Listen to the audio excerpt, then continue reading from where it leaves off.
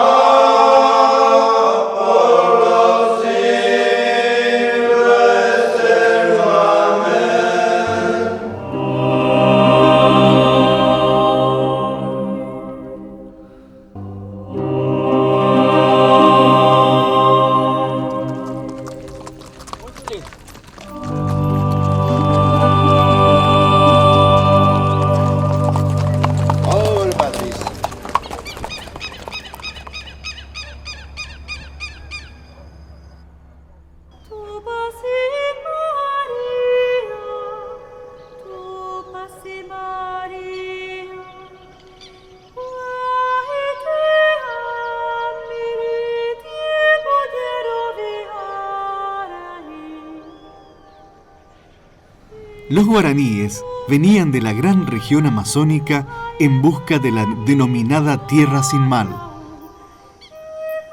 La gran migración se estima que comenzó hacia el año 2000 a.C. Caminaron en busca de ese paraíso y bajaron hacia la cuenca del Plata.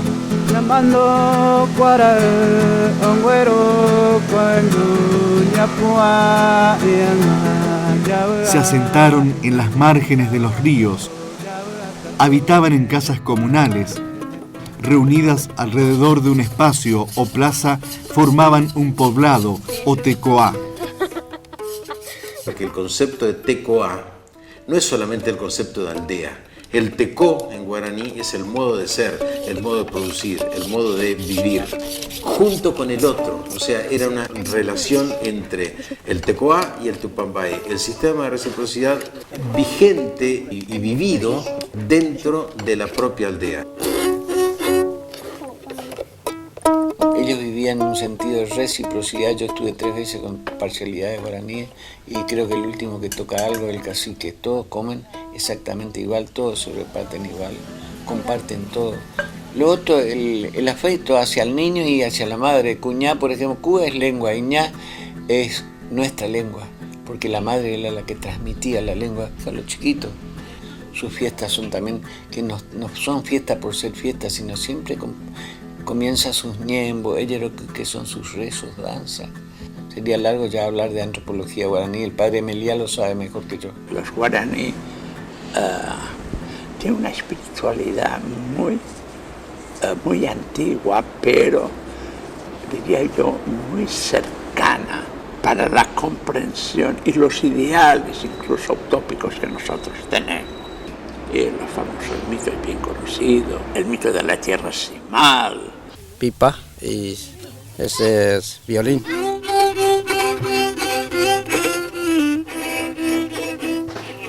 Es una religión de Ñanderú, la de los guaraní, de nuestro padre. Respeta nuestro Dios, Ñanderú.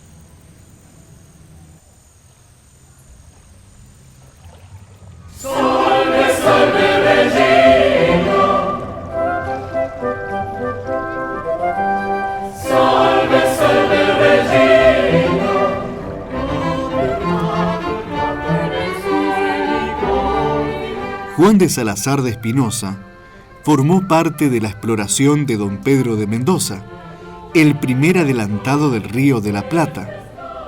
Partió desde el Fuerte Real de Nuestra Señora Santa María del Buen Aire, en busca de Juan de Ayolas. Remontó el río Paraguay y el 15 de agosto de 1537, en la bahía habitada por los carios, en las barrancas del río Paraguay, fundó el fuerte de Nuestra Señora de la Asunción.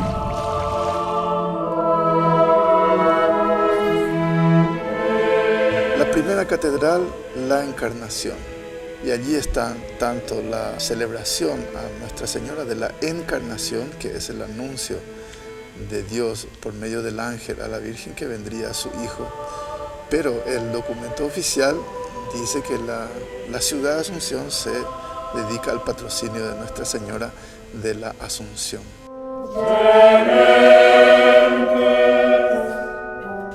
Entonces estamos en la Catedral Metropolitana de la Santísima Asunción, el lugar simbólico que desde la fundación de la misma en el año 1537 representa el símbolo de la madre de ciudades, porque de aquí fueron toda la colonización, todos los descubrimientos y fundación de nuevos pueblos. Cuando se fundó Buenos Aires, quedó de madre de todas las iglesias. En el año 1540, el Papa Paulo III aprobó en Roma la creación de una nueva orden religiosa fundada por Ignacio de Loyola, la Compañía de Jesús.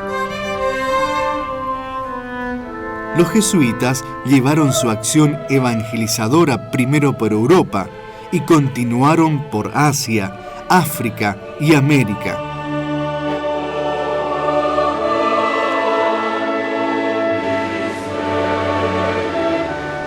Entre 1540 y 1542, Álvar Núñez Cabeza de Vaca recorrió a pie desde Santa Catalina, en las costas de Brasil, hasta Asunción. En esa travesía divisó las cataratas del río Iguazú.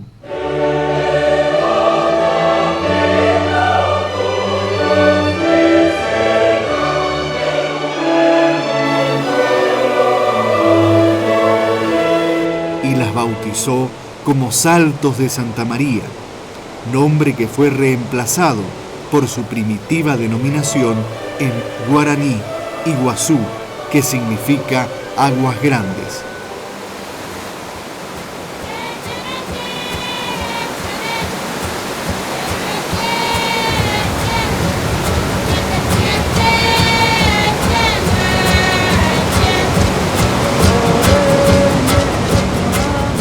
En 1549, el jesuita portugués Manuel de Nóbrega llegó a San Salvador de Bahía. En 1553 se constituyó la provincia jesuítica del Brasil, la primera del continente americano, y el 13 de julio de 1553 llegó el padre José de Anchieta. Desarrolló su labor pastoral en contacto con los indios tupí y se los llamó el apóstol de Brasil. El rey Felipe II, en 1567, le pidió al entonces tercer superior general, padre Francisco de Borja, designara a sacerdotes para fundar en 1568 la provincia jesuítica del Perú. La iniciativa de las misiones es una iniciativa innovadora para los jesuitas en términos de la visión que tenían cuando llegaron al Perú en el último tercio del siglo XVI y se encuentran con la formación de los electos, la formación de aquellas personas que tendrían un peso dentro de la sociedad, es decir, volcar su tarea fundamentalmente educativa, formativa. En este sentido, los jesuitas adoptan el planteo habitual, que es el que llaman de las entradas, es decir, salen del colegio o de lugar de residencia hacia donde están los grupos indígenas misionando, es decir, actuando en la difusión del Evangelio. Aquí estoy, madre querida, el hijo de tus entrañas. Hacia fines del siglo XVI, el rey Toledo del Perú se encuentran con el problema de la necesidad de concentrar a los indígenas. Se genera una política que se llama la política reduccional, reducir, concentrar a policía, es decir, a control, a polis, a ciudad, en una zona privilegiada que era el altiplano peruano, donde las comunidades indígenas aportaban directamente a la corona, es decir, no estaban sujetas al sistema de encomienda. El virrey quería que eso funcionase de una manera efectiva, con un control firme de una orden religiosa. Le habían fracasado algunas de las otras órdenes religiosas, entonces convoca a los jesuitas. Y los jesuitas les dicen que no, que ellos tienen un sistema de transmitir o difundir el Evangelio, que es a través de la educación y a través de las entradas que realizan como complemento de esto para ayudar a la campaña con los indígenas. Esto genera un debate fuerte y inclusive el virrey Toledo escribe al rey diciendo que se lleve a los jesuitas que no sirven para lo que hay que hacer en América. La mañana de San Juan apenas arboreaba, caían piedras gloriosas al pie de una fuente clara. Después de una larga negociación y atendiendo a algo que era sustancial al proceso educativo, que era el conocimiento de las lenguas indígenas, los jesuitas aceptan tomar un pueblo modelo como un laboratorio de idiomas, donde mandarían a los jesuitas a ir practicando los idiomas indígenas, fundamentalmente los 4 idiomas de la región, el quechua, el aymara, el puquina, que se hablaba en la zona del lago Titicaca, y el mojos, que se hablaba en la zona de la selva. Los jesuitas aprenden allí los enormes conflictos que tiene la relación con el mundo indígena. Y finalmente van a negociar, dado que en esa zona los indígenas estaban sujetos a la mita, es decir, ir a trabajar 3 meses a las minas de Potosí. La mayoría de ellos o moría en el trabajo o quedaba en Potosí, tampoco volvían. Con lo cual esos pueblos de reducciones se empezaron a desarticular todos. Los jesuitas crearon un sistema que llamaban el indio de bolsillo o el indio de fatrilquera, que significaba pagar un indio de otro pueblo para que fuera a trabajar en nombre de un indio de Juli y que los indios de Juli quedaran en Juli, porque entendían que no podía crecer ningún pueblo con una rotación permanente de la gente joven y el no retorno de la mayoría de aquellos que iban. Este sistema ayudó, en definitiva, a concentrar no solamente a la gente Juli, sino a que el mundo indígena viera esta actitud de los jesuitas significaba una protección real sobre ellos. Empezaron a controlar que no se comercializara con los españoles, empezaron a prohibir los servicios personales y generaron entonces lo que fue llamado en algunos de los documentos la Roma de América. El padre Diego de Torres Bollo fue designado superior en la residencia y doctrina de Juli. Torres Bollo, que es el superior de Juli, es el que va a mandar sus misioneros a formar las misiones de guaraníes. Y en las misiones de guaraníes hay instrucciones precisas de 2 clases para hacer los pueblos. Que se hagan como los hemos hecho aquí en el Perú o como quieran los indios. Esa actitud ya mental de apertura a que el indígena se sienta cómodo en su sistema y en su forma de organización, o como la experiencia que hemos estado realizando, que es positiva, sirva, ¿no es cierto?, ya marca muy claramente la articulación entre el proceso de Juli con la génesis de las misiones de guaraníes. Yo creo que ahí es donde uno puede entender cómo los jesuitas cambian. Aceptan la misión, en realidad no la entrada. Segundo, entienden cuáles son las claves para que esa misión sea exitosa, es decir, la permanencia del indígena, asegurar su subsistencia, generar una estructura de trabajo adecuada, planificar una organización en el territorio y al mismo tiempo darle una autonomía al mundo indígena diferente que la autonomía de dependencia directa del mundo colonial. Entonces yo creo que todos estos elementos son los que de alguna manera sirven de basamento como para llevar adelante el proyecto de los guaraníes.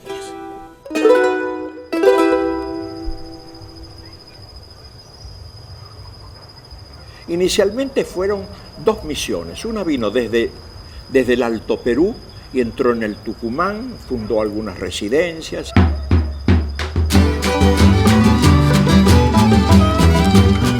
El 26 de noviembre de 1585 fue la fecha de entrada en Santiago del Estero, procedentes del Perú, de los padres Francisco de Angulo, Alonso de Barzana y el hermano Juan de Villegas.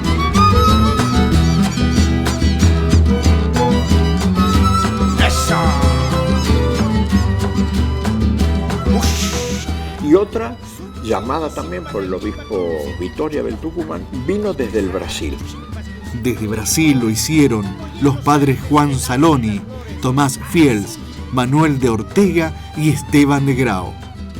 Mientras que en Paraguay los frailes Luis de Bolaños y Alonso de San Buenaventura establecieron una misión franciscana. En 1586 se inició el pueblo de Yaguarón.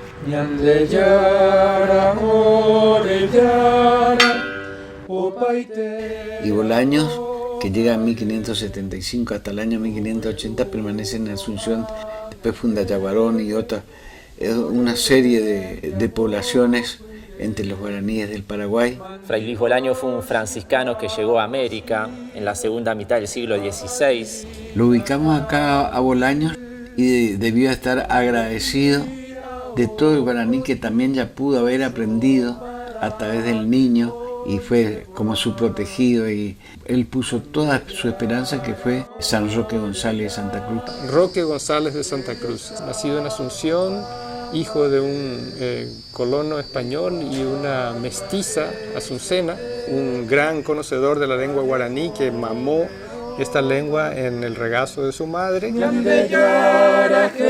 Jesucristo, o mano va ser termi ui poneiteva, hubuekue ambuyape.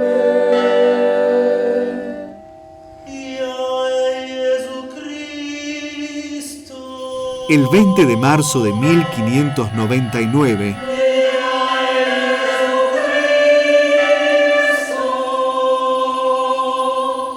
el capitán Pedro Mercado de Peñalosa diole licencia al padre rector Juan Romero para que la Compañía de Jesús inicie en Córdoba su obra evangelizadora en un solar permanente, abriendo casa de estudios mayores o colegio máximo.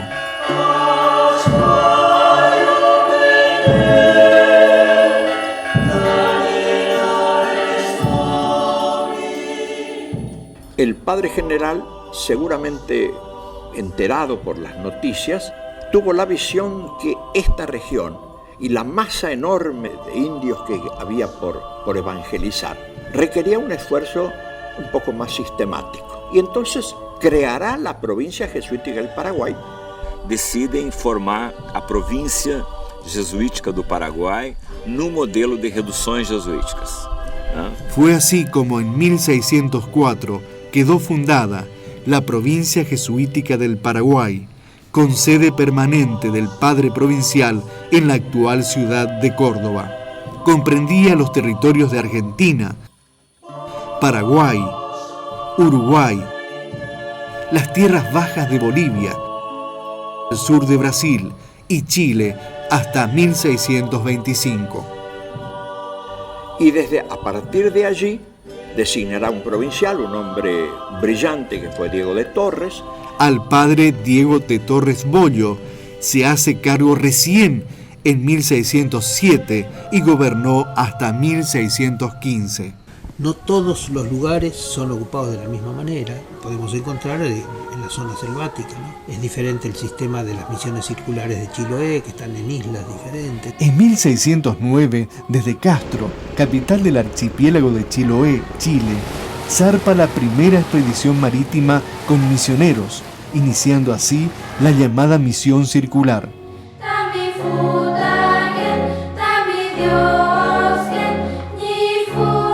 El padre Nicolás Mascardi, junto a indígenas poyas, funda la misión de Nahuel Huapi, a orillas del lago, en la actual ciudad de Bariloche. En el nombre del Padre, y del Hijo, y del Espíritu Santo. Amén.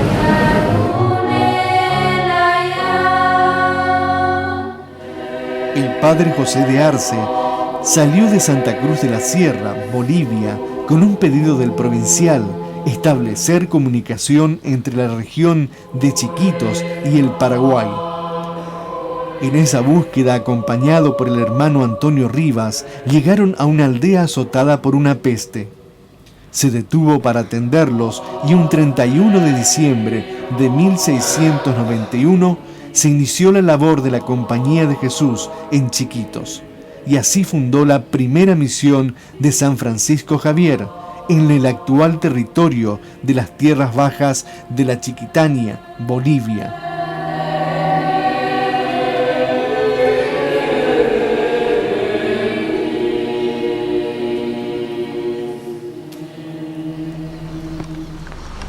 Una expresión de religiosidad popular se vive en la Semana Santa de Tañarandú, en las cercanías de San Ignacio Guazú, Paraguay. Bueno, desde el año 92 iniciamos Tañarandú, que es hacer una celebración de Semana Santa, rescatando tanto la historia de San Ignacio como la identidad cultural del pueblo paraguayo, ¿verdad?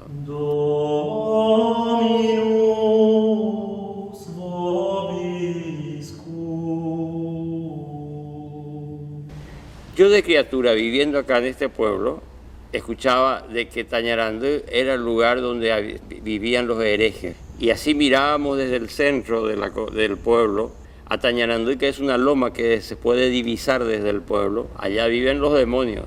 Es algo que de niño a mí me quedó ese estigma de Tañarandú. Cuando volví ya mayor, con 30 y tantos años, acá a este pueblo, mi curiosidad por Tañarandú y aprender qué era realmente Tañarandú.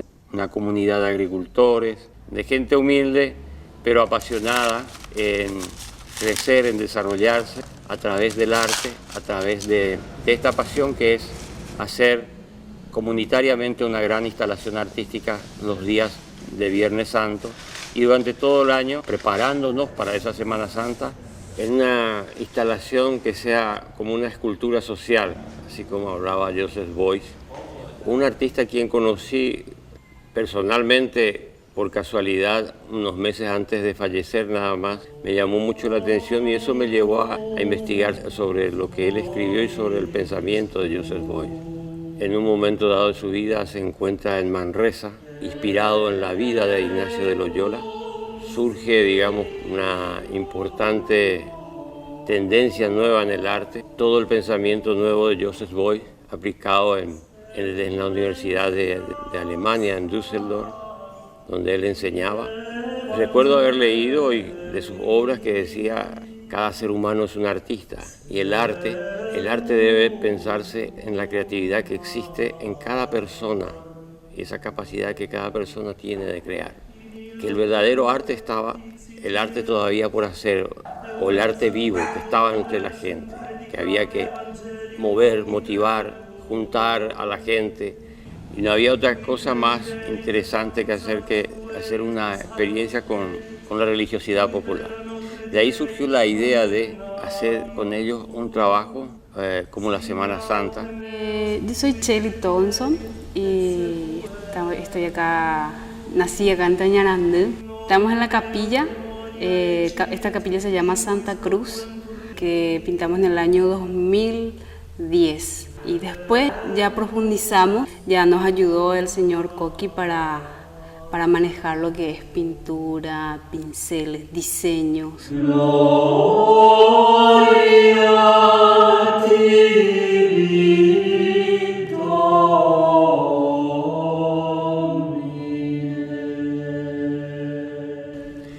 En cada casa del barrio de Tañarandé terminábamos hablando frente a un pequeño altar, pensando en cosas que tenían que ver mucho con la religiosidad popular de la gente.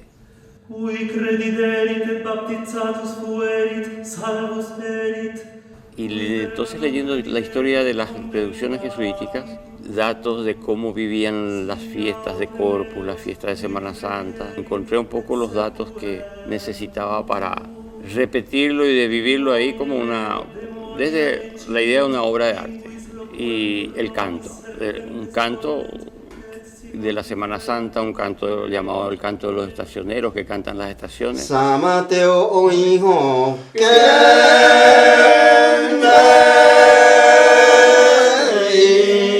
Varios estacioneros que cantan el canto Yajeó, ¿verdad?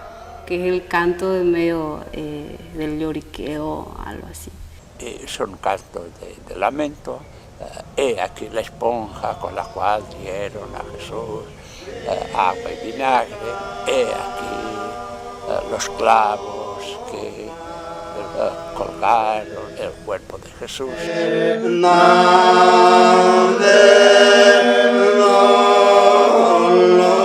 Yo creo que los estacioneros es una tradición que viene de España, y más concretamente una tradición probablemente castellana, de cantos de la pasión.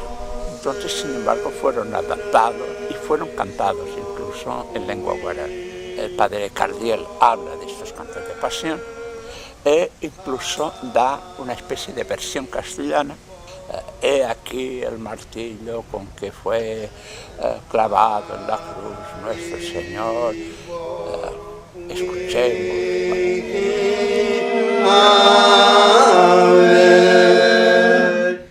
Nosotros iniciamos nuestro altar a partir de dar la noticia de que se está haciendo un gran altar revestido de maíz y de coco para hablar del barroco americano. La gente que acude acá al taller vamos hablando y se llevan consigo como un deber seguir leyendo sobre el barroco americano. Y creo que lo importante es eso, que estemos hablando de un barroco americano. La mayoría de los pueblos del Paraguay que llevan el nombre en guaraní normalmente tienen una traducción. Tañarandé no tiene una traducción, pero siempre se especuló en que tenga que ser algo del demonio. El caso de Bartolomeo Meliá, para él los nombres son míticos, no son traducibles. Son eso, Tañarandé es Tañarandé.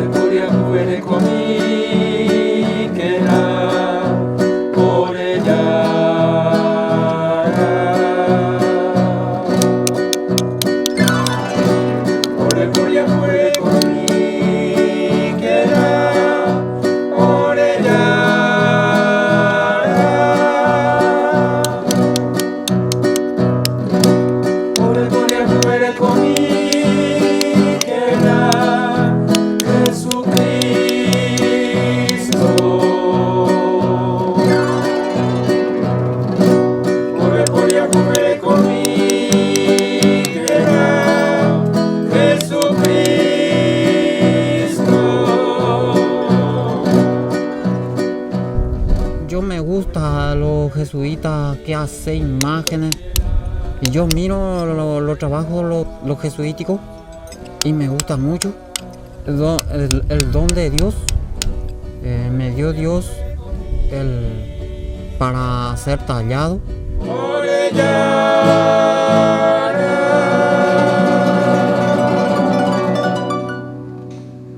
Misión de San Ignacio Guazú, 1609.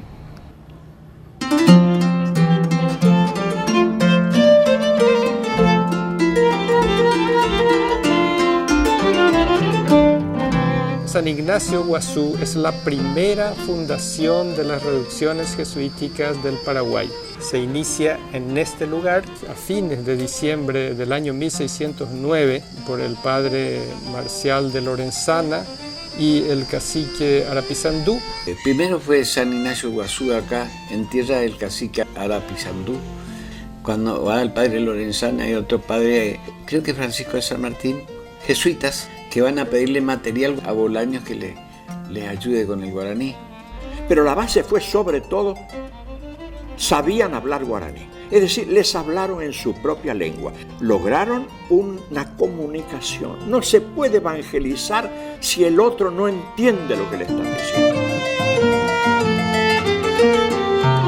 La lengua que hablaren les hará parecer uno de ellos. Yo creo que el misionero que habla una lengua, entonces tiene mucho ganado para la comprensión.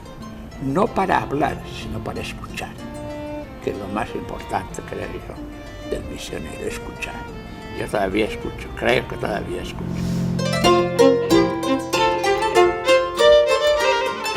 Y que yo creo que está justamente lo que desde el principio se cuidó con los jesuitas que vinieron, ¿verdad?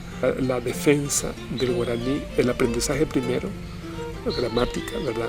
Guaraní, ¿verdad? Si vos no podés circular por todo el país con el español, aquí con el guaraní vas a todos los rincones del país. Dice, cuenta el relato de la carta, ¿no? Y el padre Roque era ya sacerdote, pero era un sacerdote español.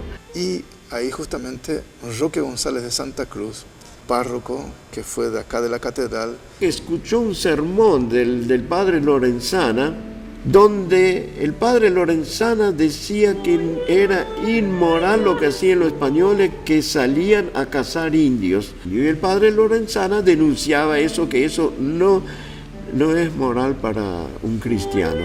Y lo bajaron del púlpito de un tigrón. Y a partir de ahí él se hace misionero, se hace jesuita y va para fundar varios pueblos y para evangelizar a los indígenas.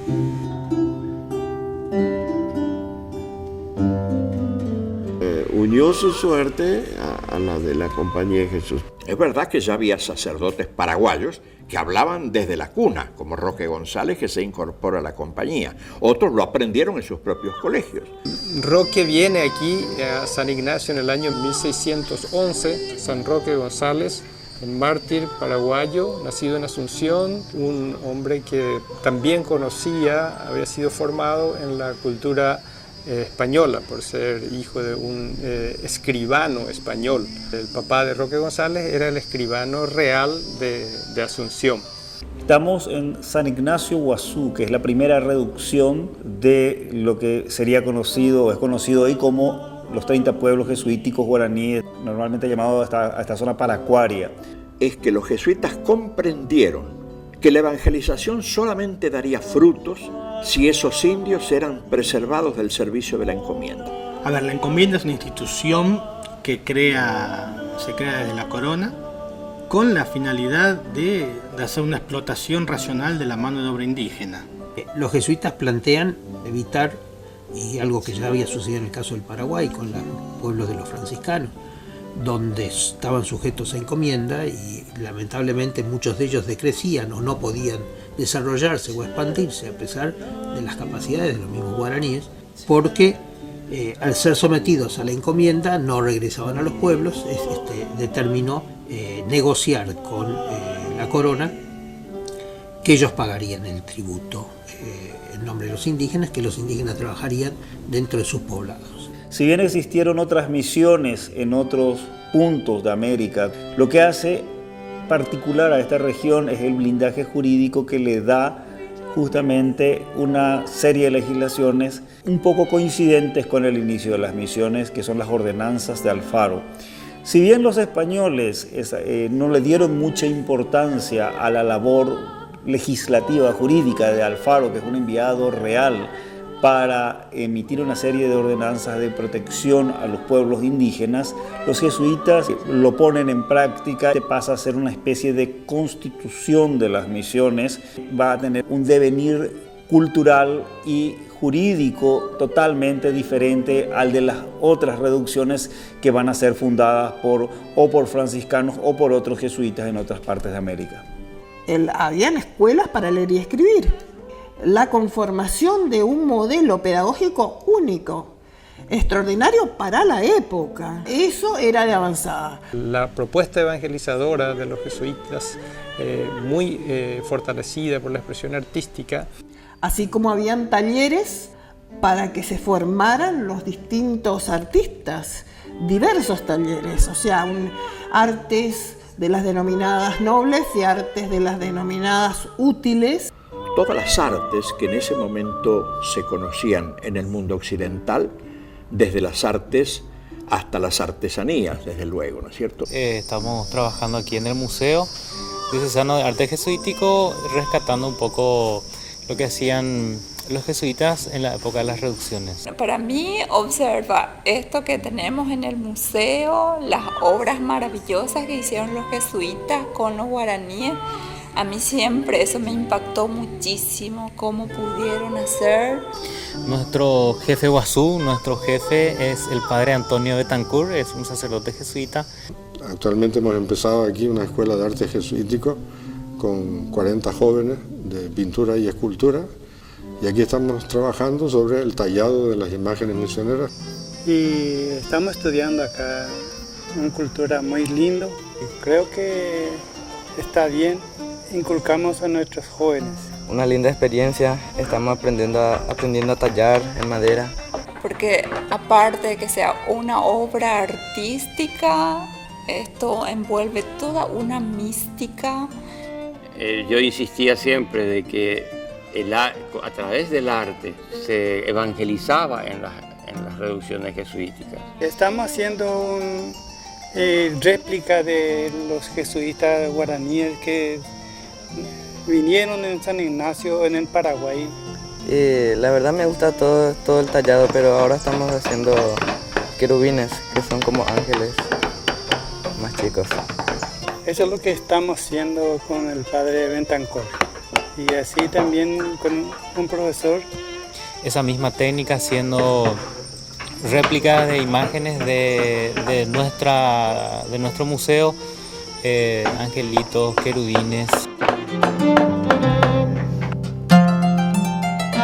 Si ellos tuvieron paciencia y fe, si pudieron hacer, bueno, ¿por qué no intento? Y algo que me está gustando y voy avanzando de a poquito.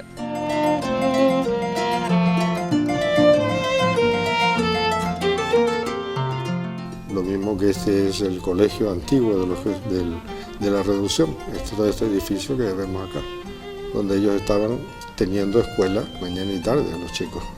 Era doble turno, como decimos ahora, mucho más adelantados que nosotros. Siempre digo que somos privilegiados en trabajar nosotros bajo el mismo techo que trabajaron los guaraníes hace casi 350 años haciendo imágenes. Lo que yo sé les paso a ellos y ellos irán pasándole a sus hijos, a sus amigos, a pobladores aquí de San Ignacio Guazú, y que esto no se pierda por sobre todo. Sí, es para continuar con la tradición cultural de nuestra comunidad, que es muy importante no perder esa tradición. Soy de San Ignacio, nacida en Tañarandú, que hay toda una leyenda de ese lugar. Pero con el tiempo se dieron cuenta de que una obra de arte puede ser muy evangelizadora.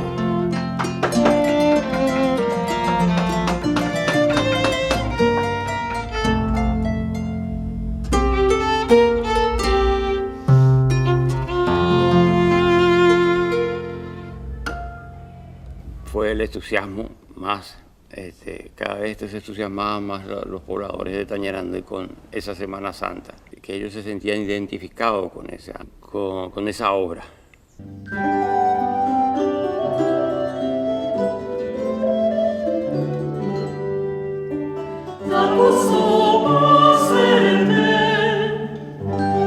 Y utilizábamos los elementos de la religiosidad popular, que son la vela, el cebo. Todavía en mi niñez se utilizaban en las procesiones nocturnas para alumbrar el sendero por donde iba a pasar la procesión, como referencia de un lugar donde había un calvario o algún altar como posta de las procesiones.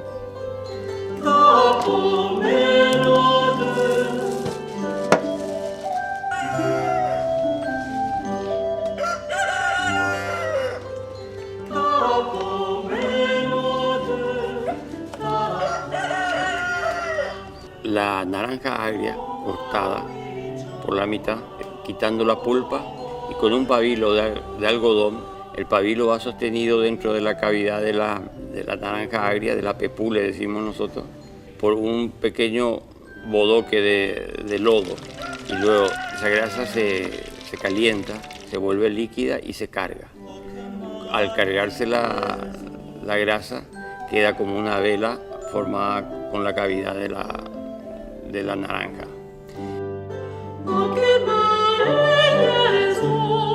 Y la gente traía un poco más y alguien tenía otro poco más. Entonces, según la cantidad de grasa, se buscaba más a pepú. Fuimos llegando a 1000, y como queríamos hacer una Semana Santa más grande todavía que la del año pasado, siempre ya íbamos a 3000, a 4000 y así con los años. Hoy estamos en 20000 velas que prendemos.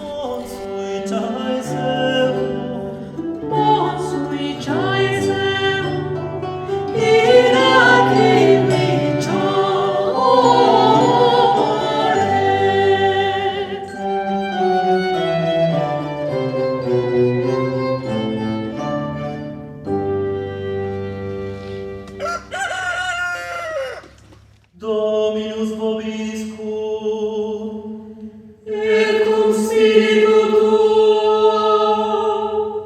Las misiones del Guairá.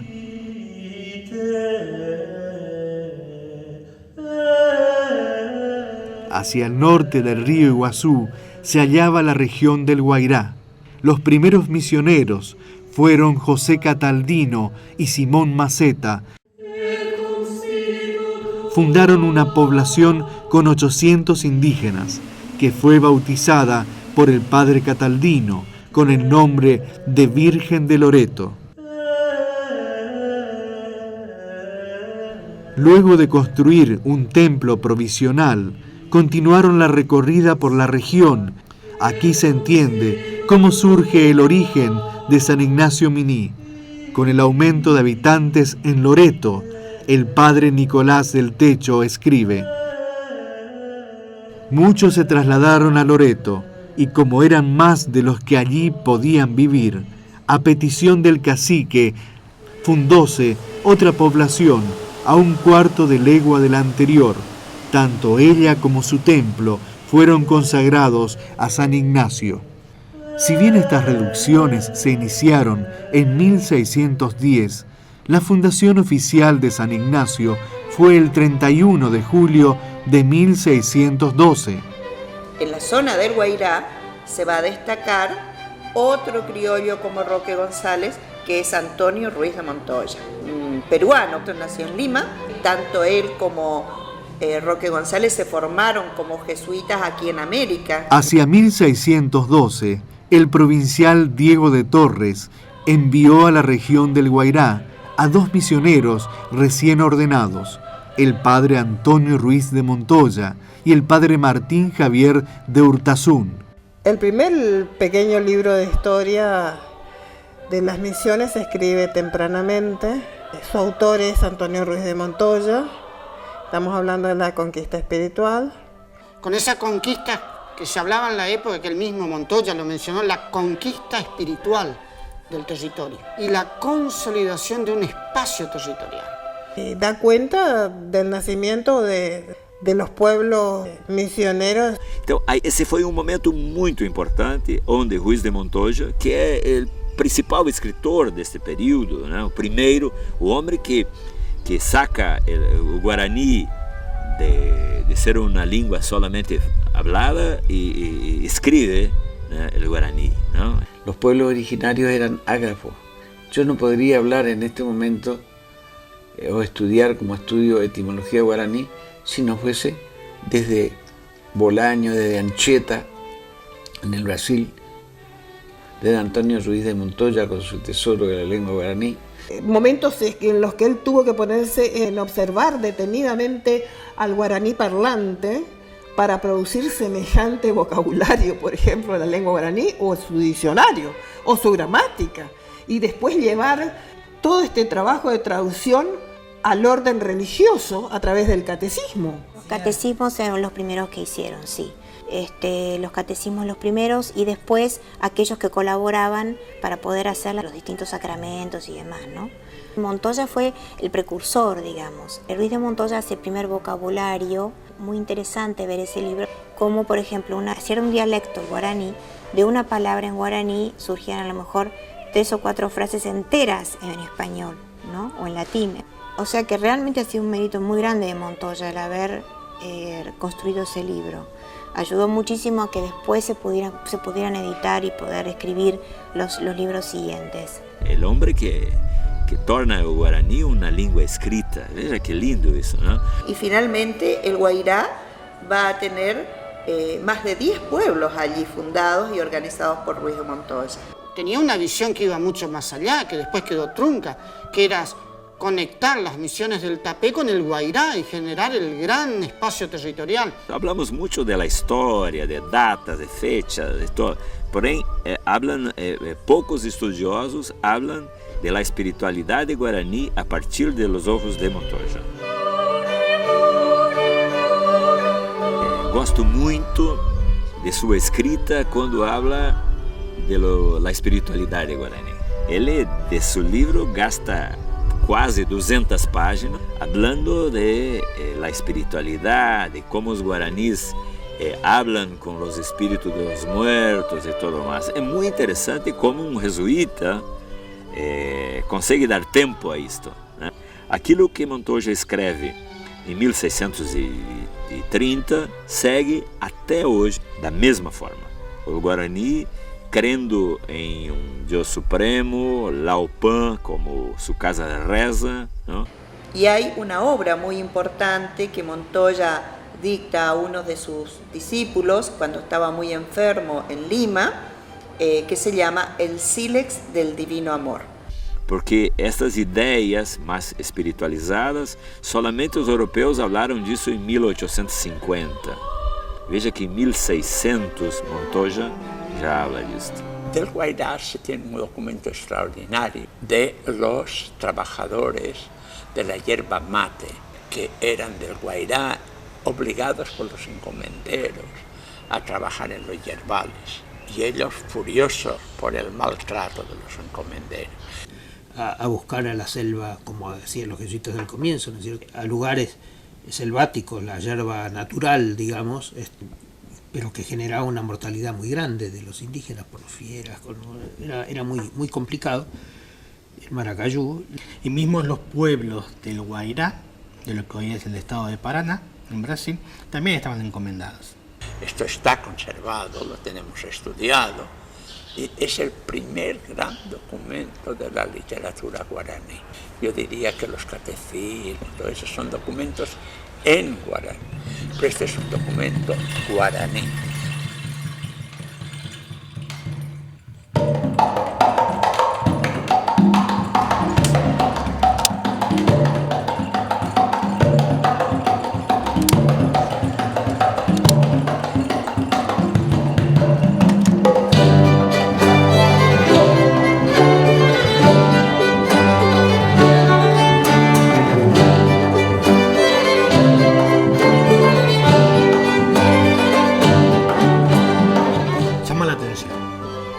En Tañarandú, ¿no? Es decir, no en el centro, no en Asunción, no.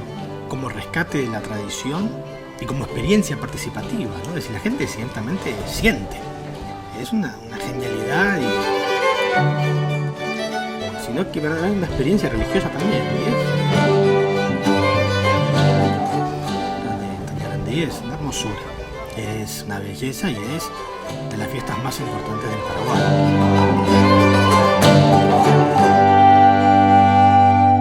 Surge en este contexto de fundaciones jesuíticas la fundación de Santa María, que en un primer momento recibirá el nombre de Santa María del Iguazú, o también llamada como Santa María de las Nieves, fundada allí mismo donde confluye el Iguazú con el Paraná, en un lugar que hoy está dentro del Parque Iguazú, del lado brasileño. Esta reducción fue fundada en 1626 por los padres Diego Boroa y Claudio Buller. Un lugar casi inaccesible, pero tenía un fundamento estratégico clave, de generar una comunicación de los pueblos del Paraná con los pueblos del Guairá a través del río Paraná. Corpus, Acaraí, Santa María del Iguazú eran las escalas para llegar al gran núcleo de reducciones fundadas en el Guairá por los padres Cataldino, Maceta, Montoya.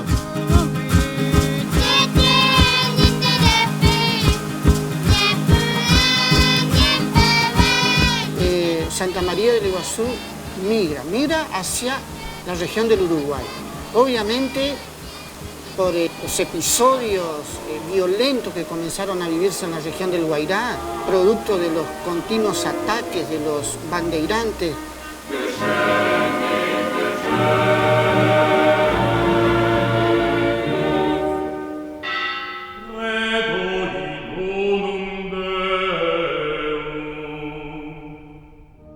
Los bandeirantes fueron en definitiva facciones irregulares de cazadores de indios. Así como salían a cazar tigres, podían salir a cazar indios, pero los indios había que cazarlos vivos, llevarlos y venderlos, es decir, esclavizarlos. Y esa mano de obra era necesaria en las plantaciones como de San Pablo, etc. Cuando los bandeirantes, en vez de ir a cazar los indios del monte, los indios bravos, los indios do sertão, como decían ellos, descubren que no, ya están reunidos en pueblos con un par de jesuitas están ahí. Entran sobre esas poblaciones, les importa muy poco que estuvieran allí los jesuitas y en el fondo el tratamiento que hacen de esos indios es simplemente apresarlos, sobre todo a los jóvenes, a las mujeres, atarlos unos con otros y llevarlos en largas caravanas. Se morían por el camino porque se caían o porque no comían lo suficiente, pero llegaba un lote suficiente, lo vendían y ese era su rédito de estos bárbaros. Los jesuitas no pueden hacer frente a esto al principio, están tan sorprendidos como todos e inician el repliegue de las misiones. Y va a ser un abandono definitivo porque a partir de ese abandono nunca más la compañía vuelve al Guairá. Y hacia fines de 1631, inicios del 32, comienza este gran éxodo del Guairá.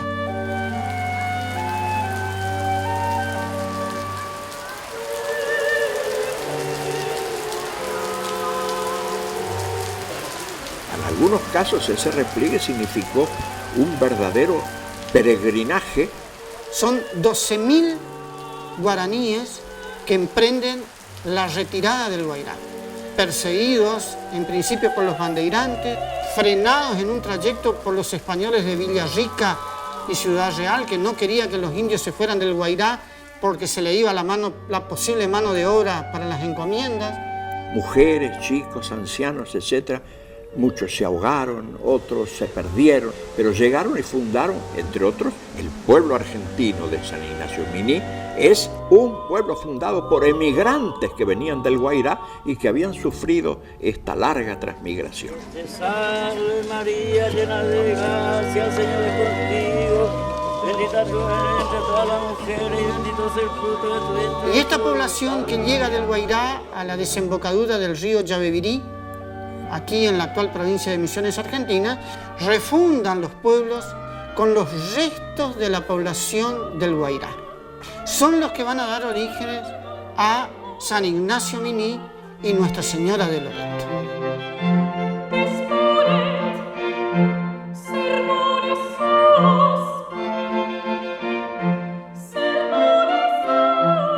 Misión de San Ignacio Miní.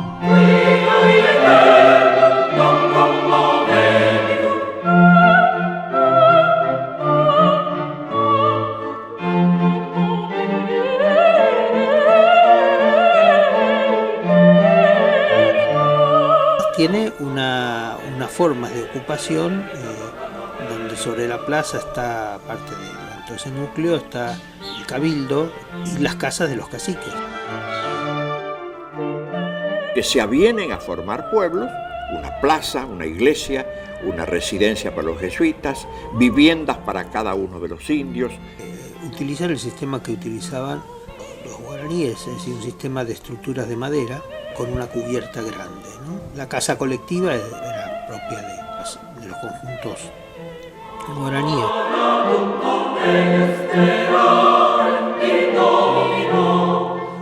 Cabían hasta 50 familias inmensas. Tenían horcones en el medio que sostenían la viga cumbrera. Lo guaraní de los horcones clavados, de ahí es el nombre de Objecutú, casa clavada. Y de ahí los jesuitas introdujeron el par y nudillo, y sacaron, es para sacar las vigas, los horcones centrales que impedían una visión de un altar, porque aprovecharon la arquitectura guaraní de las casas largas. Y además era muy versátil porque le agregaban lances y crecía. Ellos trabajan con una idea de medida que es una medida modular. Ellos llaman lance. El lance es una medida que es variable porque tiene que ver con el tamaño de las piezas de madera que consiguen. Entonces cuando describen una iglesia, no dicen tiene 35 metros, dicen tiene 7 lances.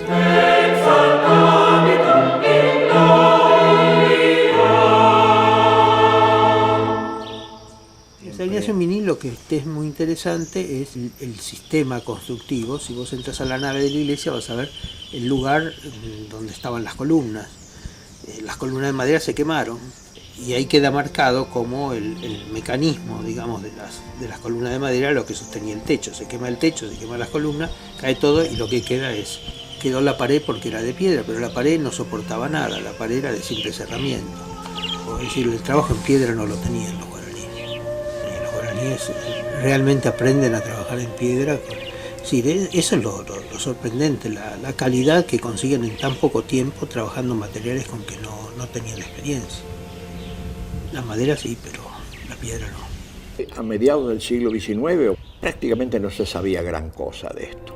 Se había olvidado. Eso fue quizá lo más penoso.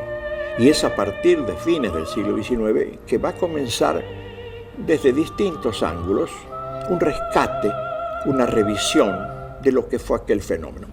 Muy lentamente. Por una parte, el rescate de sus ruinas desde el punto de vista arqueológico y desde el punto de vista arquitectónico. Figuras importantes como el arquitecto Neto, como el arquitecto Busquiazo. Una vez que Busquiazo me dijo a mí, ¿quiere ir a Misiones? Yo le digo, sí, volando. Tomé un tren y me largué a Misiones, que duró para llegar allá 40 y tantas horas. Yo fui en el 41. Claro. Y a poco, ir sacando piedras y piedras y piedras, empezó a aparecer el otro ángel. Claro. Piezas del ángel. Hemos tenido muchísima suerte, porque esto se podía haber destruido acá, la cabeza. A esta un poco se le rompió aquí, pero no fue suficiente como para no poderlo hacer, porque usted ve que estaba la carita aquí, el brazo, toda esta parte de acá también, no había problema. Y los que estaban de este lado, exactamente, se pudo reconstruir toda esa parte, hasta acá. Y en esa forma, cumpliendo con lo que yo me jugué entero, que fue utilizar la mezcla de barro con cemento. Y yo hice suelo-cemento, pero puesto que usted ni lo ve. Claro, de modo totalmente escondido, pero tan escondido y tan resistente que a pesar de que muchos me dijeron, Pero eso se les va a caer, eso no va a aguantar, y qué sé yo, qué sé cuánto. Ahí están. ¿Y usted? Se quedaron con suelo cemento. Y después hice esta parte de acá también sostenida con suelo cemento, medio escondido, Claro. y entonces hice esta parte. Con estas dos cosas yo había dado el paso más firme y más importante de todo. Y que es la fachada clásica en este momento.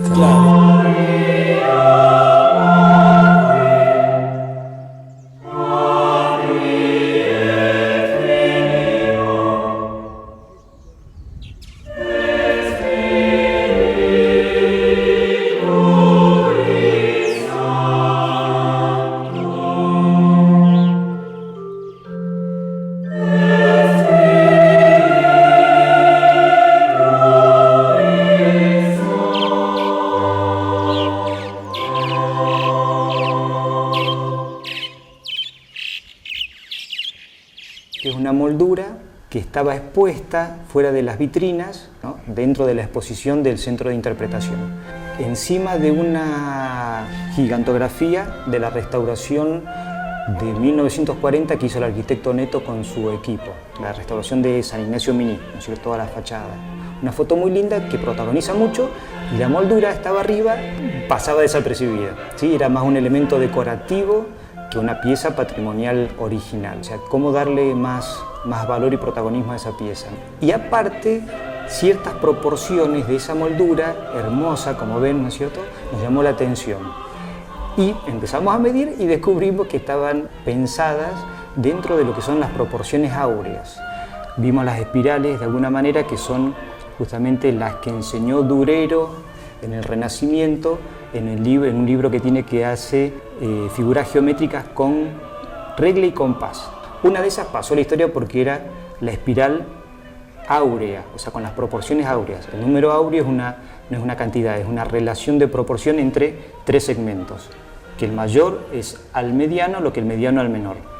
Y se usa desde Fidias en el Partenón, entró en Europa con todo el conocimiento griego y árabe de las matemáticas que introduce Fibonacci, que después Durero la transforma en cuadrados y con esa hace la espiral áurea. Estas dos volutas, esta voluta y todo este motivo fitomorfo está inserto en un rectángulo áureo. Entonces, de alguna manera, lo interesante y emocionante es descubrirse uno trabajando con conocimientos que estaban en los talleres de las reducciones, en manos de los indígenas, de los jesuitas, que era un conocimiento que nos trasciende absolutamente, usando tecnología de la producción artística que usaron durante siglos, y un poco como se plasma en el arte, conocimientos y todo ese encuentro y esa riqueza que se plasmó en lo estético, en el arte, ¿no?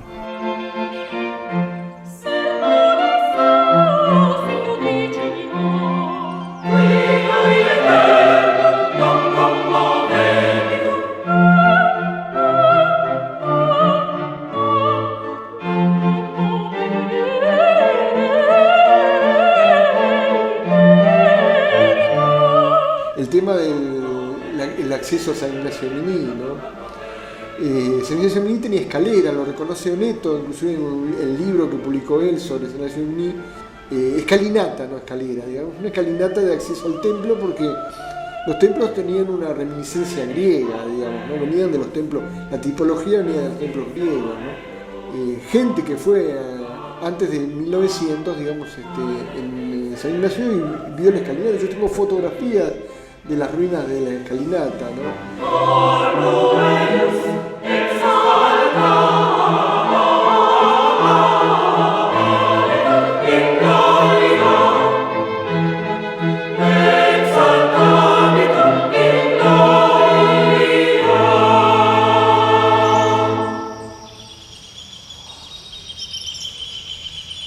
Un pueblo que unido ora y de una manera muy mezcla en guaraní, mezcla en castellano de su propia cultura. Eso es interesante que nosotros queremos también conservar, que el sentir popular nos puede enseñar mucho en este mundo tan acelerado que tenemos, ¿verdad?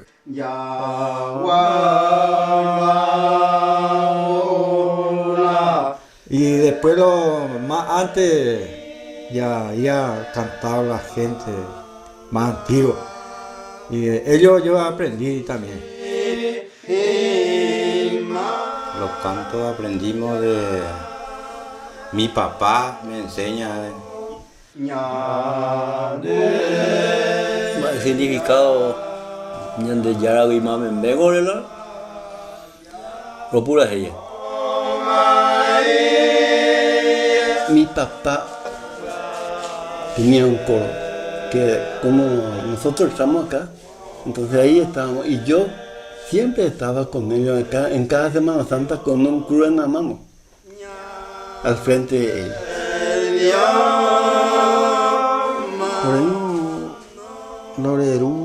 Oreru pecha ahí la tradición que propitores y familiares.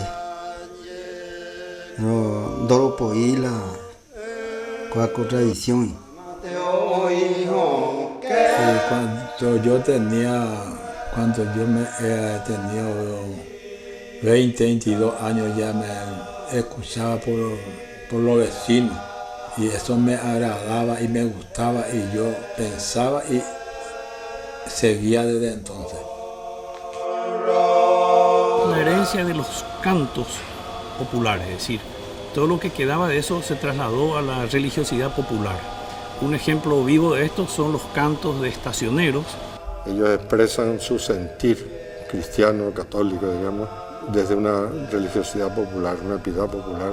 Y ellos son, digamos, como los que conservan de esa época antigua, también aquí en Paraguay, el sentir popular de la devoción a los santos, la devoción a Cristo, y de una manera muy, digamos, muy popular, muy sencilla, pero con mucho sentimiento, mucho afecto.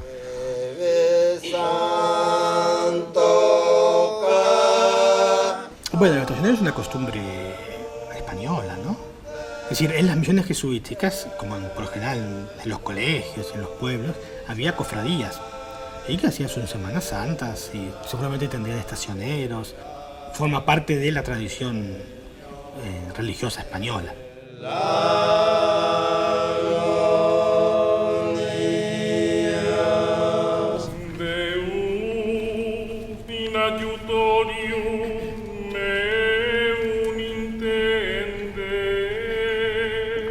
Misión de Nuestra Señora de Loreto.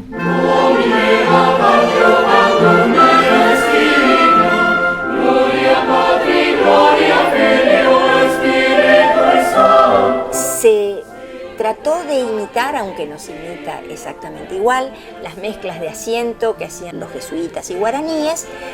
Estaban compuestas fundamentalmente por ñaú, tierra negra, o ñaú y tierra colorada, la terita, y arena, a la que normalmente se incorporaba caracoles molidos, es decir, cal. Tuve la suerte de poder participar en la puesta en valor de San Ignacio Miní, de Santa Ana, de Nuestra Señora de Loreto y de Santa María la Mayor, que son los cuatro patrimonios de la humanidad. Loreto tiene algo particular respecto a otras de las reducciones. Está muy bien delimitado lo que sería la vía procesional. Esta vía está constituida por la capilla de la Virgen de Loreto, que está en uno de los extremos de la reducción, en un nivel más elevado que el resto de la reducción. Un hecho arquitectónico, digamos, que no hay en otros pueblos, ¿no? Es decir, las capillas tenían su función, ¿no? Las réplicas tienen las medidas, y lo que quiso hacer el primer padre provincial fue eso. Él fue a Loreto, en Italia, a recuperar las medidas para llevarla a Paraguay y que se hicieran los templos de Loreto en cada una de las reducciones. Quedó el de Santa Rosa y ahora que están restaurando el de Loreto.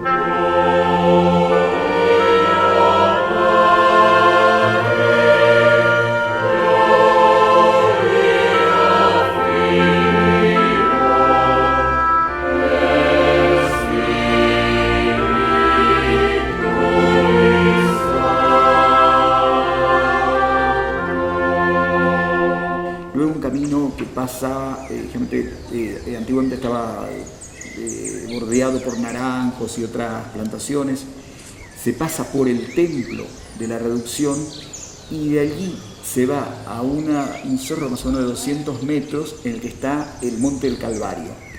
Realmente estos son más o menos 1.300 metros de extensión toda la vía procesional y realmente muy importante para las distintas celebraciones.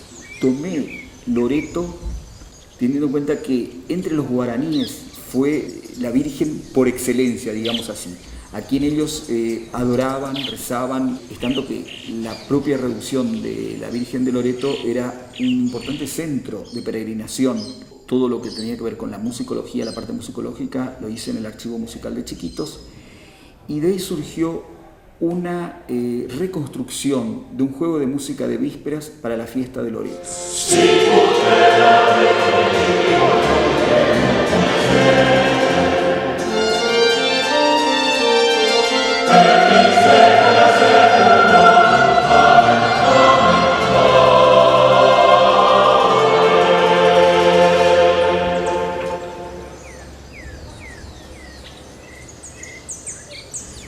Cuando uno piensa en bibliotecas como la de Candelaria, que llega a tener 2.000 libros, y se encuentra que las bibliotecas más importantes que podía tener un español en la zona no pasaba de 50 libros, en Corrientes o en Asunción o en Santa Fe, entiende de que allí hay algo, y que no era lectura pensada para los 2 jesuitas que estaban allí, que bastante trabajo tendrían, es decir, había una intencionalidad de conformar y de informar al mundo indígena sobre la visión. Según el registro de Furlong, llegaron en total 56.000 ejemplares desde que vinieron los jesuitas hasta que fueron expulsados en 1767. Es lo que se llamó la librería grande, 56.000 ejemplares. Una visión que no era solamente la visión teológica o la visión religiosa, era una visión que tenía libros de historia, de geografía, de medicina, de arquitectura. Tenemos los registros, además de los que había en materia de libros en cada una de las misiones. Pero además, según los pueblos, esas bibliotecas tenían un repertorio de libros de su época, por ejemplo, sobre cirugía, sobre botánica, sobre hierbas medicinales o sobre lo que de medicina se sabía en la época. De filosofía, de todos los temas que uno quisiera ver. Antonio Ruiz de Montoya ya pedía un impresor. Las impresiones de Montoya fueron en Madrid porque no tenía su imprenta aquí, porque tampoco estaban las licencias. Las misiones en algún momento también fabrican su propia imprenta. Que entonces nace en Loreto la imprenta. ¿Para qué era la imprenta? Bueno, en primer lugar, para publicar los libros en idioma guaraní, el vocabulario y el diccionario. Uno piensa en unos folletitos, uno piensa en catecismos de 20 páginas. No, son catecismos de una buena cantidad de páginas. Los libros de Montoya tienen 400 páginas cada uno. ¿A quién le pidieron permiso? No lo sé, no lo sabemos. Dentro de la orden debieron tener permiso. De hecho, el primer libro, del cual no se tiene rastro, que es el Martyrologium Romanum, no tenía la licencia todavía cuando se editó en 1700. Después el segundo es en 1703, que es Flos Santorum, que tampoco se tiene ningún registro de este ejemplar. Genial, digamos, hecho de que haya existido en 1705 imprentas en las misiones jesuíticas. Lo fantástico de esta imprenta es que la construyen los indígenas junto con los 2 jesuitas. Uno era vienés, el otro era español, Padre Serrano, Neumann, y que deciden construirla tal como la habían visto en Europa, con madera dura del lugar, o sea, tenía partes en hierro, y que los tipos fueron hechos en cobre y estaño, fundidos incluso de elementos de labranza. Si bien uno puede ver que la tipografía es bastante rústica, se entiende perfectamente el libro y lo que han querido transmitir. Y que prácticamente esas imprentas que producen sus libros en guaraní estén realizadas 100 años antes de que exista una imprenta en el Brasil, por ejemplo. Imprenta en el Brasil que la lleva el rey cuando pasa de Portugal al Brasil, o 70 años antes de que los propios jesuitas llevaran una imprenta a Córdoba. Algunos de los caciques, o algunas de las figuras más destacadas, también escribieron libros y fueron publicados en la imprenta de las misiones, como Nicolás Yapuguay. Nicolás Yapuguay nació en 1680 en Santa María la Mayor, se crió en las reducciones, se crió con los jesuitas, se educó con ellos, aprendió muy bien el latín y a su vez les enseñó el guaraní y además era músico. El laboratorio, el padre Morales le puso el nombre Nicolás Yapuguay. Nicolás Yapuguay imprime sermones y ejemplos en lengua guaraní, que comenta pasajes bíblicos o sermones. Por ejemplo, dice, al comenzar nomás el sermón sobre el nacimiento del niño Dios, upepe yepe koshemembu maranga tu tonaseanga he ianga osema oika tu pasu maranga tu ojo o muiña kahoya ha ojo pra eterei ojo aiponda ye kotu pishime oikerirepa ko tu pasu maranga tu anga oñandui pu ape imembu maranga tu onasetamaha aiporamo ipu akañanga ivaga gotu omae upeya veja eimembu tu para marangatu. Como la forma de contar se nota que sale de lo más profundo de su ser, de su pga y de su experiencia espiritual, ¿verdad? Con la Virgen María. Y bueno, yo estoy aquí en la parroquia San Ignacio de Misiones, Paraguay, con la idea de trabajar sobre los sermones y ejemplos en lengua guaraní por Nicolás Yapuguay.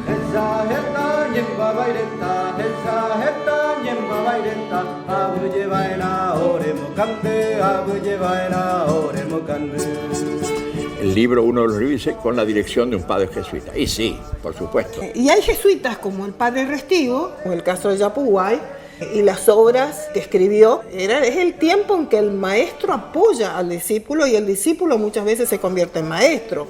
Claro, con el apoyo de Restivo. También los libros de los propios jesuitas dicen con la aprobación del superior. No hay que escandalizarse mucho que era con la Virgen, porque algunos sugirieron, no, pues un jesuita que seguramente le dijo. Y le habrá estado un poco encima, le habrá orientado, pero lo escribió él, en definitiva. Desde el catecismo de Nicolás Yapuguay aparece la Virgen María, un pequeño grabadito que se cree que es una silografía, que es una pequeña talla de María y el niño, que es el único que tiene esa tapa. Después los demás en general son tapas, o se ha perdido la portada, o son portadas sumamente simples donde directamente empieza el texto. También estoy practicando música guaraní. Y el libro más importante que editaron, de la diferencia entre lo temporal y lo eterno. El primero que sí se sabe, que tenemos uno en Luján, es el de Nierenberg, entre lo temporal y lo eterno. Del padre Juan Eusebio Nierenberg, de la Compañía de Jesús. Realmente es una obra maestra por los grabados que tiene. Juan Yaparí como grabador aparece, firma la obra de Nierenberg, nada menos que de la diferencia entre lo temporal y lo eterno, que tiene tantos grabados de representaciones de lo temible, del mundo infernal, pero seguro que hubieron otros grabadores. Es una diferencia entre lo que es el cielo y la tierra, los valores, etc. ¿Explicado en qué lengua? En guaraní. La principal contradicción que los jesuitas tienen con los mandatos del rey es el haber mantenido a los indígenas en el idioma guaraní y no haberles enseñado el castellano. Eso se hizo para evitar, lo dicen claramente, que entraran en el comercio con los españoles y para fortalecer el carácter identitario del grupo guaraní. Ese libro fue escrito originariamente en Europa, lo tradujeron acá, lo publicaron en guaraní. Traducida al guaraní por el padre Joseph Serrano e impresa en el año 1705 en la misión de Nuestra Señora de Loreto en la provincia de Misiones. Y era leído, seguramente en alta voz, a algunas personas o grupos, pero fuera del mundo guaraní ese libro no tenía utilidad, así que se usaba allí. La Bolsa de Comercio de Rosario ha reeditado hace un par de años este libro en una bellísima impresión. Se puede considerar como el primer incunable del Río de la Plata. Incunables históricamente se le ha dicho a los libros que nacieron de la cuna de la imprenta de Gutenberg, en el año 1450 hasta el 1500. Bien tienen su nombre o su derecho a llamarse incunables, siendo que nacen de una cuna que no fue importada, sino fue construida con propias características bien están llamados incunables desde ese punto de vista, y guaraníticos justamente porque construidos allí donde estaban las reducciones de los guaraníes. Se hacían pocos libros, 50, 100 eran las ediciones que se hacían de los libros. De algunos hay 7, 8 en el mundo, como en el caso del Manual Adusum. Y uno puede estudiar cosas muy interesantes de estos libros, por ejemplo el papel. Y el papel con el que se hicieron estos libros es un papel todo importado. Lo traían en barriles, lo compraban en Europa. La tinta que se usaba era el negro de humo, armada de los restos del carbón, con algún tipo de goma, que generalmente usaban las resinas de los árboles, y agua caliente, y azúcar a veces usaban también. Si esta imprenta era más fácil transportarla que volver a construir una nueva en cada lugar. Y se sabe que era una sola que fue trasladándose de reducción a reducción. Llegó a funcionar, por lo que sabemos hasta ahora, hasta en el año 1727. Del 1700 a 1727, o sea, durante 27 años. En algún momento dejó de funcionar. Tampoco sabemos bien por qué dejó de funcionar. Pero evidentemente no tenía permiso oficial. Tenía el permiso dentro de la orden. Increíble pensar que el origen de ese libro ya estuvo en Europa, que vino en un papel, que vino en un barril y que con una imprenta totalmente construida en medio de la selva se arma un libro como los que tenemos, ¿no? Y constituye, me parece, un tesoro de lo que es la bibliografía argentina. La bibliografía argentina, es decir, impresa en territorio argentino, empiezan las misiones del Paraguay. Es decir, en Loreto, concretamente, en Santa María y en algún otro pueblo donde esa imprenta funcionó.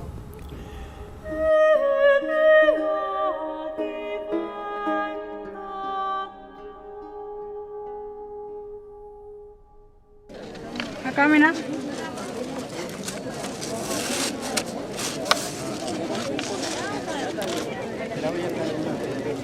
Vamos a encender las velas. Prender las velas en el que están en el piso, marcando el camino por donde va a pasar la procesión.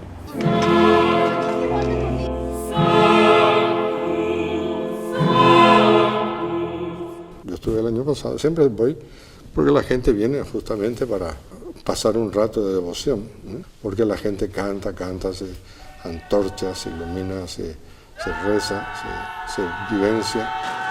Pueden abrir paso.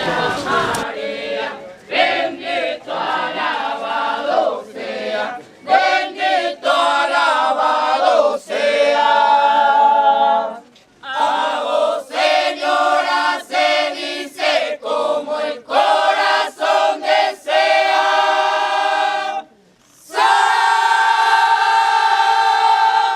Saludándole a María, bendito alabado sea, bendito alabado sea.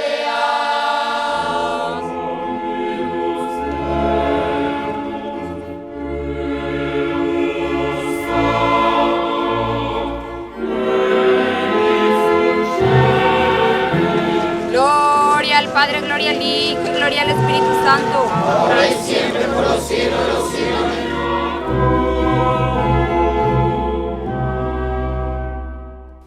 Tenemos que partir de Roque González de Santa Cruz.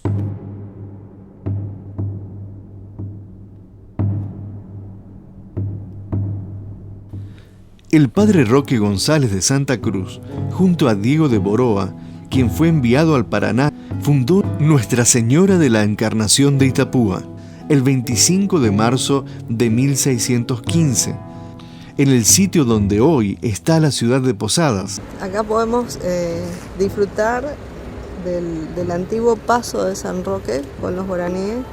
Esta era su salida desde esta margen del Paraná. Coincidentemente se erige el puente San Roque González de Santa Cruz, que lleva su nombre, justamente en el lugar donde antiguamente se hacía el cruce hace 400 años. Posteriormente trasladada a la ciudad paraguaya de Encarnación. Estamos en la ciudad de Encarnación.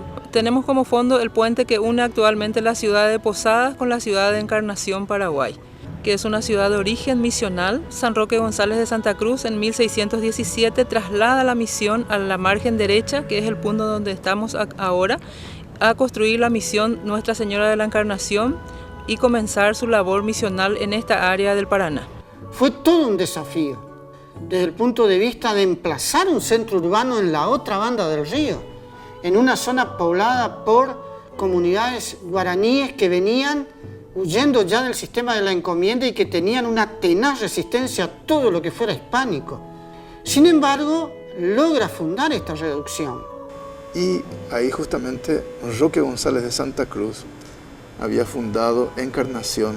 Por el efecto de las inundaciones se ve obligado a trasladar la misión nuevamente más a la zona más alta del territorio itapuense. Aquí se encuentran los restos de la antigua misión en lo que es la Plaza de Armas y sus alrededores, más específicamente en lo que es el Colegio Inmaculada Concepción hoy por hoy.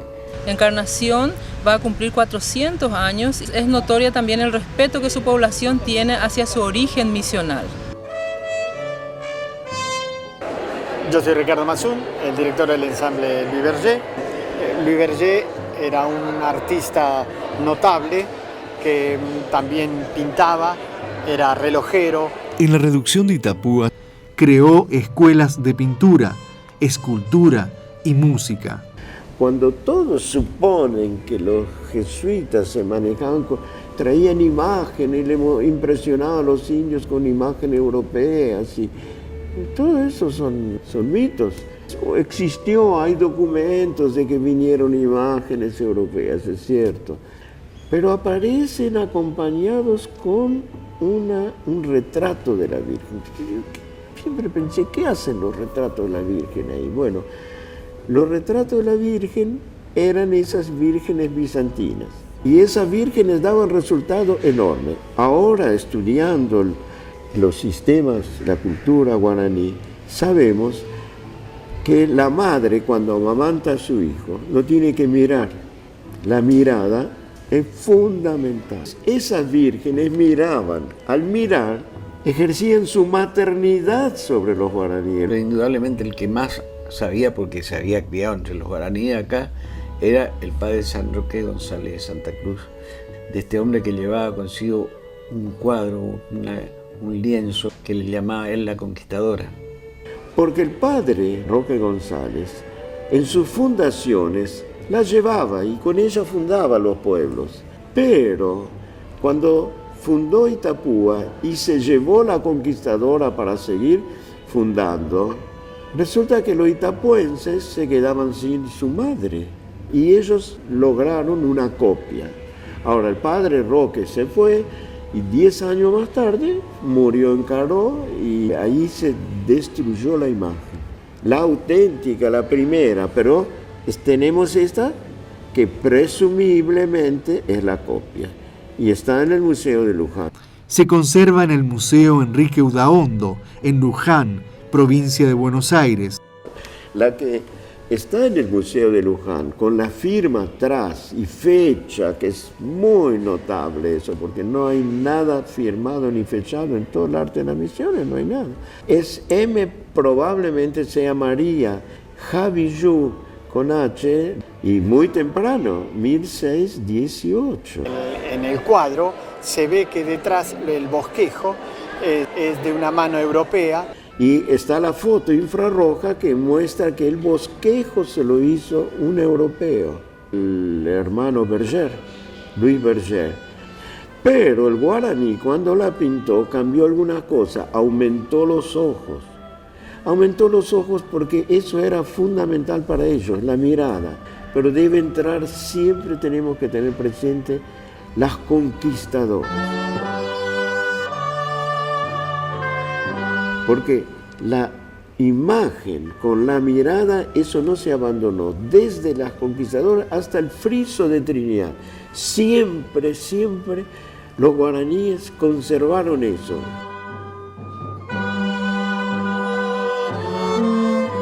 No la mirada barroca al cielo, sino la mirada que podríamos decir una mirada de reciprocidad.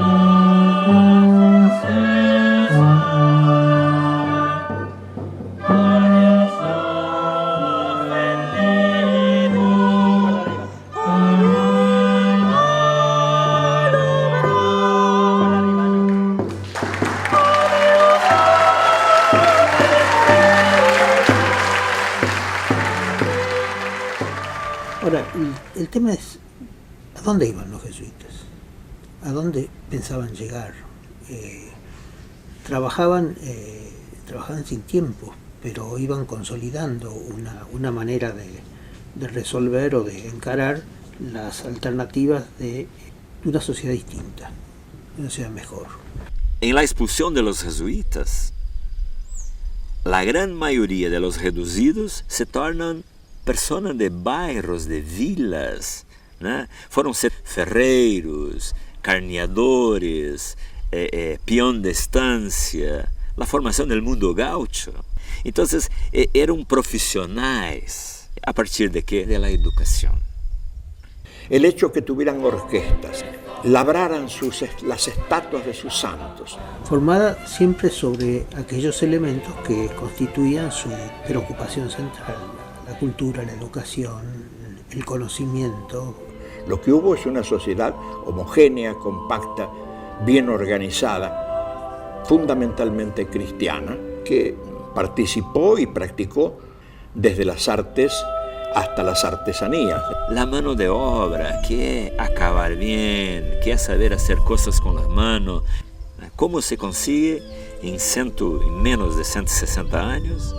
Consigue que alguien salga del neolítico y alcance el barroco, que era lo mejor en la ciencia, en la escultura, en todo. Porque este mismo método de educación deveria ser usada para nós cambiar a pobreza desta América próxima a nossa. Aí tem um caminho, porque a única fórmula de cambiar a pobreza é a educação. La creación de la provincia jesuítica del Paraguay nos habla de un esfuerzo misional y un testimonio cultural que merece ser tenido en cuenta, que merece ser integrado a la historia nacional y que merece ser además reconocido como parte de nuestro patrimonio.